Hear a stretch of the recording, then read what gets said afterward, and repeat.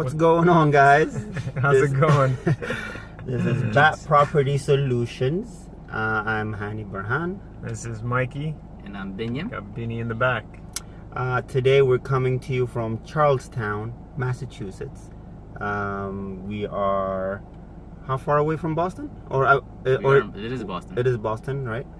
Boston. Cute little area. It's his first time. He loves it. I think he wants to move out here from Jersey.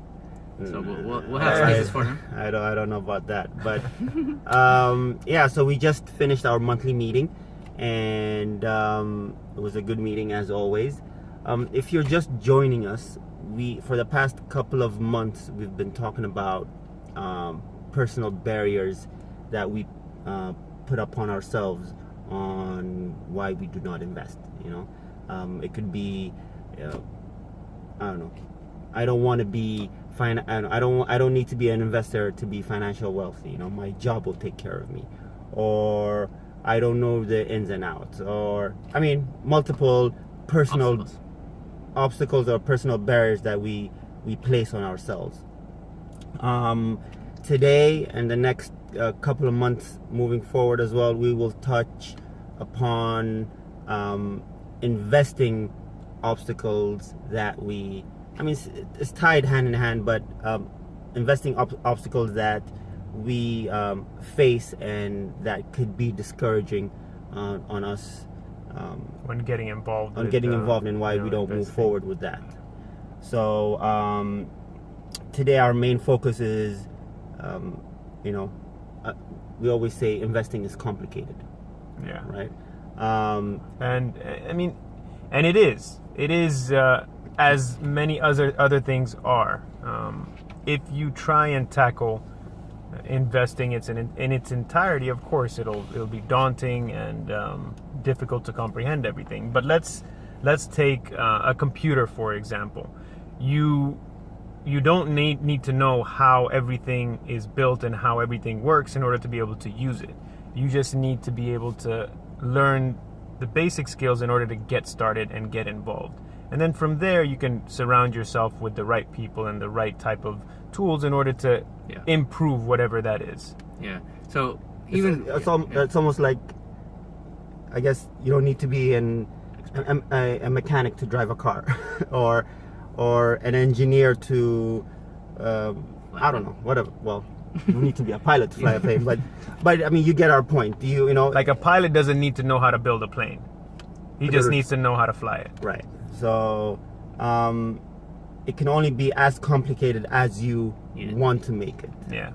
So when taking it back to us and to what we're doing, at the moment we are investigating or looking into a potential deal in Chelsea, Massachusetts, where it's not a straightforward project where it's a single family and we are trying to do a condo conversion on it. And where it gets challenging is because due to ordinances in the town, building code that are available, we have to work. What's an ordinance? Ordinance. Can you explain that? Sure. These are codes that are set up to adhere to building guidelines. So, for example, it says a building needs to be this much feet away from the road, or it needs to have this many parking spots. So these are all code values that are available and that are set in different towns, and each town has their own set of rules. And also a big factor when increasing the amount of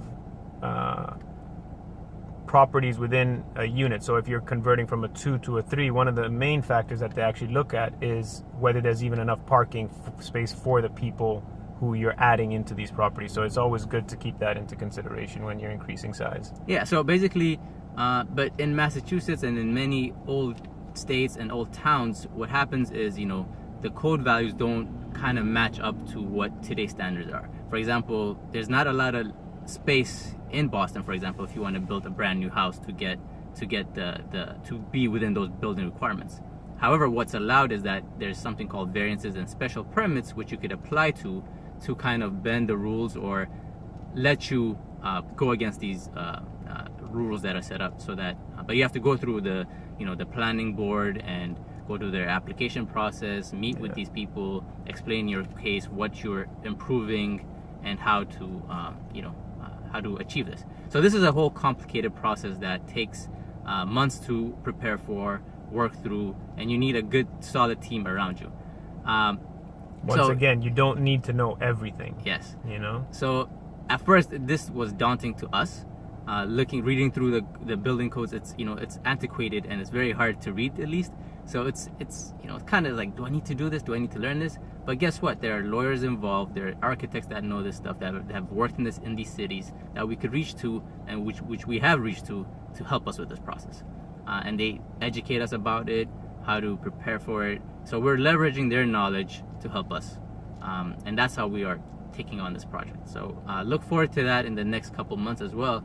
Hopefully we are successful in this process, because again, it's an application process, so it could get denied, but it also could get approved. So we'll see what happens. You won't know until you try.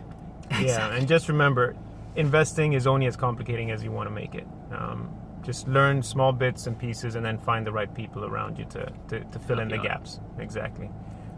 In the meantime, it's beautiful here. The weather is amazing. Yes. I hope it is where you are. Yeah. Have a good weekend, and we'll catch talk to you you soon. Have a good day. Bye.